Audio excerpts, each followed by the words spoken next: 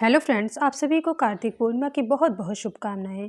माँ गंगा की कृपा आप सब पर सदा सर्वदा बनी रहे। दोस्तों, कार्तिक पूर्णिमा को गंगा स्नान का दिन कहा जाता है। इस दिन गंगा स्नान जरूर करना चाहिए और दीपदान करना चाहिए। गंगा स्नान का दिन इतना बड़ा होता है कि जहाँ कहीं भी गंगा जी होती हैं वहाँ पर बड़े बड़े मेले लगते हैं और ये कार्तिक मास का सबसे अंतिम दिन होता है। और अगर आपने कार्तिक मास में कुछ भी नहीं किया है तो इस दिन हमें गंगा स्नान और दीपदान जरूर करना चाहिए। वैसे जो ये दीपदान है इसे गंगा के तट पर करना चाहिए, लेकिन अगर वहां जाना संभव नहीं है किसी कारणवश तो आप घर पर कैसे गंगा स्नान करें और दीपदान करें और कहाँ पर हमें ये दीपदान करना होता है, तो ये सभी जानकारी आज आपको इस वीडियो में मिलने वाली है। तो वीडियो को बिना स्किप किए लास्ट तक जरूर देखें और कमेंट में जय माँ गंगे जरूर लिखें। तो जहाँ पूजा करना है वहाँ पर गेरू से लीप लेना है। कार्तिक पूर्णिमा के दिन घर पर कार्तिक गंगा स्नान कैसे करें, तो देखिए, सबसे पहले उठकर सुबह सुबह माँ गंगा का नाम लें और स्नान वाले बर्तन में थोड़ा सा गंगा जल मिलाकर उसके बाद पूरा जल से भर लें। फिर स्नान करते हुए हर हर गंगे का जाप करें और मन में ये भाव रखें कि आप गंगा जी में ही स्नान कर रहे हैं। उसके बाद हमें जहाँ पर गंगा दीपदान करना है वहाँ पर आटे से या फिर हल्दी से चौक पोर लेना है। आप अष्टदल कमल बना सकते हैं, स्वास्तिक बना सकते हैं, या फिर आपको जो भी शुभ चिन्ह आता हो बनाना आप वो बना सकते हैं। उसके बाद एक साफ शुद्ध बर्तन ले लेना है बड़ा सा, जिसमें हमें दीपदान करना है। तो सबसे पहले हम बर्तन में हल्दी या फिर कुमकुम से स्वास्तिक बना लेंगे। उसके बाद थोड़ा सा गंगा जल और फिर जल भर देंगे और इसी में गंगा का आवाहन करेंगे। और ये पूजा खुले आसमान के नीचे हमें करना है या फिर अपने घर के मंदिर के सामने भी आप कर सकते हैं।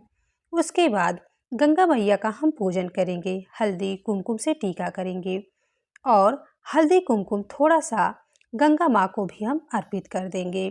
उसके बाद चावल अर्पित कर देंगे और अगर आपके पास जौ हैं तो आप जौ जरूर गंगा जी में बो दें, क्योंकि जब हमारा कोई कार्य बनता चला जाता है तो बोला जाता है कि क्या आपने गंगा जी में जौ बोए थे, जो कार्य आपका हो गया। तो इस जरूर गंगा जी में जौ आपको बो देना है, क्योंकि गंगा जी में जौ बोना बहुत शुभ होता है। तो आपको ये कार्य जरूर कर देना है। तो इस प्रकार से गंगा जी में हमें जौ बो देना है। अगर आप गंगा स्नान के लिए जा रहे हैं तो आपको सेम ऐसे ही पूजा कर लेना है। उसके बाद पीपल के पत्ते पर हम 5 घी के दिए बनाए हैं तो उन्हें रख देंगे। उन्हें भी हम इस प्रकार से सबसे पहले कुमकुम से टीका करेंगे, हल्दी से टीका करेंगे, उसके बाद अक्षत और फूल अर्पित कर देंगे और एक तरफ रख देंगे। उसके बाद गंगा जी को हम फूल अर्पित कर देंगे और एक सिक्का डाल देंगे। गंगा मैया को इस दिन कुछ चीज़ों का दान जरूर करना चाहिए, जैसे साड़ी, कपड़ा या फिर ब्लाउज का पीस, आपके पास जो भी है आप वस्त्र स्वरूप कुछ माता रानी को अर्पित कर सकते हैं, श्रृंगार की सामग्री अर्पित कर सकते हैं और आपको साथ साथ कुछ न कुछ दक्षिणा जरूर अर्पित कर देना चाहिए। और इस दिन दीपदान का विशेष महत्व है, तो आपको इस दिन दीपदान जरूर करना चाहिए। तो इस तरह से सभी दिए को जला लेना है। आप चाहें तो आम के या फिर आप पीपल के या फिर आप पान के पत्ते पर भी दीपदान कर सकते हैं।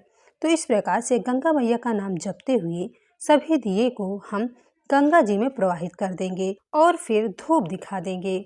उसके बाद गंगा मैया को वस्त्र और कुछ श्रृंगार की सामग्री अर्पित कर देंगे और साथ ही साथ कुछ न कुछ दक्षिणा जरूर अर्पित कर देंगे, क्योंकि आपको अपने सामर्थ्य के अनुसार दक्षिणा जरूर अर्पित कर देना है। उसके बाद भोग अर्पित कर देंगे। भोग में अगर आपके पास कोई मिठाई है, कोई मौसमी फल है, मेवा मिश्री है, तो आप कुछ भी चीज़ें माँ गंगे को आप अर्पित कर सकते हैं। उसके बाद एक लोटा जल भर कर रख देना है। जल से 3 बार आचमनी कर देना है। गंगा जी के किनारे सत्यनारायण भगवान की कथा सुनना बहुत ही शुभदायक होता है। तो एक जल का भरा लोटा ले लें और हाथ में कुछ फूल और अक्षत के दाने ले लें। फिर व्रत कथा को सुने। सुनने के बाद फूल और अक्षत को वही जल के लोटे में डाल दें या फिर इस प्रकार से गंगा जी में डाल दें। इस दिन आप गंगा स्नान की व्रत कथा को सुन सकते हैं या फिर सत्यनारायण भगवान की कथा को सुन सकते हैं। आप कोई भी कथा सुन सकते हैं। भोग प्रसाद में से थोड़ा थोड़ा प्रसाद गंगा मैया के जल में भी आप डाल दें। और अगर गंगा स्नान के लिए जा रहे हैं तो आप कुछ मछलियों के लिए खाने के लिए सामान जरूर लेकर के जाएं, क्योंकि मछलियों को कुछ ना कुछ आपको खाने के लिए जरूर देना चाहिए, बहुत शुभ होता है। उसके बाद कपूर जलाकर या फिर आप दूसरा दीप जला करके प्रेम पूर्वक गंगा मैया की आरती कर लें। आरती करने के बाद हाथ जोड़कर पूजा में रही कमियों के लिए माँ गंगा से क्षमा प्रार्थना कर लेंगे और अपनी मनोकामनाओं को पूर्ण करने के लिए माँ से प्रार्थना करेंगे। तो इस प्रकार से पूजा कर लेना है। और जो ये भोग और प्रसाद है इसे परिवार में सभी लोगों को बांट देना है। और जो सुहाग का सामान है इसे पंडित जी को दे देना, या फिर अपनी मान को किसी को भी आप दे सकते हैं, या फिर किसी ज़रूरतमंद को भी आप सुहाग की सामग्री को दे सकते हैं। और जो ये दीपदान किए हैं इन्हें शांत होने के बाद ही हम गंगा मैया का विसर्जन करेंगे। तो इसे किसी गमले में डाल देंगे और जो जल से भरा लोटा है उसे भी हम किसी गमले में डाल देंगे। और जो अष्टदल हमने बनाए हैं, यानी कि जो आटे से हमने चौक बनाया है, इसे हमें चींटियों को दे देना है या फिर हमें गाय को खिला देना है। तो दोस्तों अब जान लेते हैं कि कार्तिक पूर्णिमा 2024 में कब है। तो देखिए, कार्तिक पूर्णिमा 2024 में 15 नवंबर दिन शुक्रवार को है। और अब जान लेते हैं कि हमें दीपदान कब करना चाहिए। तो देखिए, दीपदान हमेशा हमें अंधेरे में करना चाहिए।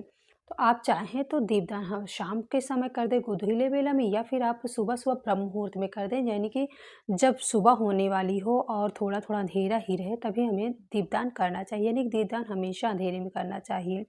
तो दोस्तों इन सभी चीज़ों को आपको विशेष ध्यान देना है।